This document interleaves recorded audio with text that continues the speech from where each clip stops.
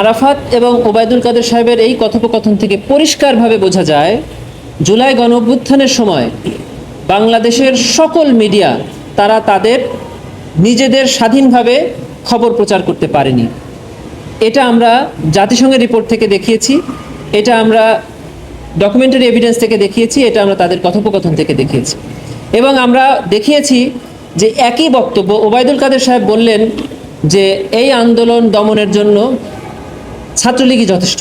এই খবরটি 5ই আগস্টের আগের পত্রিকাগুলো কিভাবে ছাপিয়েছে এবং 5ই আগস্টের পরে পত্রিকাগুলো কিভাবে ছাপিয়ে একই খবর একই দিনের অনুষ্ঠান 5ই আগস্টের আগে হেডলাইন করেছে খুব সফট হেডলাইন, ভেতরে খুব ছোট্ট করে বলেছে, কিন্তু 5ই আগস্টের পরে এই শব্দগুলো দিয়ে হেডলাইন করেছিল বেশ কিছু পত্রিকা।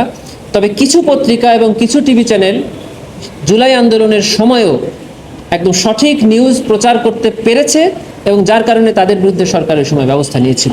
এই ওবায়দুল কাদের সাহেবের মামলায় আমরা দেখিয়েছি যে ওবায়দুল কাদের সাহেবের বক্তব্য ছিল যে কারফিউ জারি করা হলো এবং এটা অবশ্যই কারফিউ এবং এখানে শুট অ্যাট সাইট আছে, অর্থাৎ দেখা মাত্র গুলির নির্দেশনা আছে।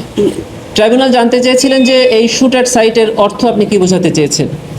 আমরা তখন একটি টেলিফোন কনভারসেশন ট্রাইব্যুনালে বাজিয়ে শুনিয়েছি।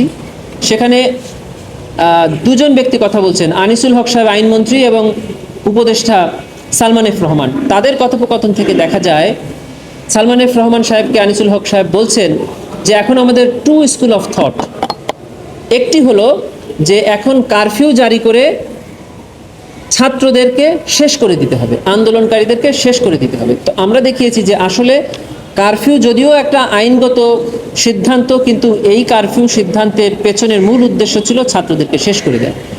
আমরা জাতিসংঘ রিপোর্টে দেখিয়েছি যে জাতিসংঘ রিপোর্টে পরিষ্কার করে বলেছেন যে একজন হাই পুলিশ অফিসিয়ালের সাথে জাতিসংঘের রিপোর্টের প্রস্তুতকারীরা কথা বলেছেন।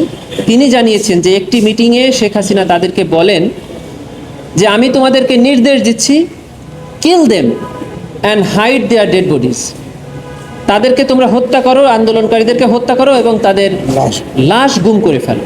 এটা পরিষ্কারভাবে জাতিসংঘের রিপোর্ট থেকে আমরা দেখিয়েছি যে এই বক্তব্য তাপস সাহেবের সাথে শেখ হাসিনার বক্তব্য, যেখানে উনি বলছেন আমি লেথাল উইপন ব্যবহারের নির্দেশনা দিয়েছি, এখন যেখানে পাবে সোজা গুলি করবে, এটা এবং কারফিউ জারি করে শেষ করে দেওয়া, দেখা মাত্র গুলি, লেথাল উইপন ব্যবহার, এগুলো সব কিছু মিলিয়ে দেখা যাচ্ছে।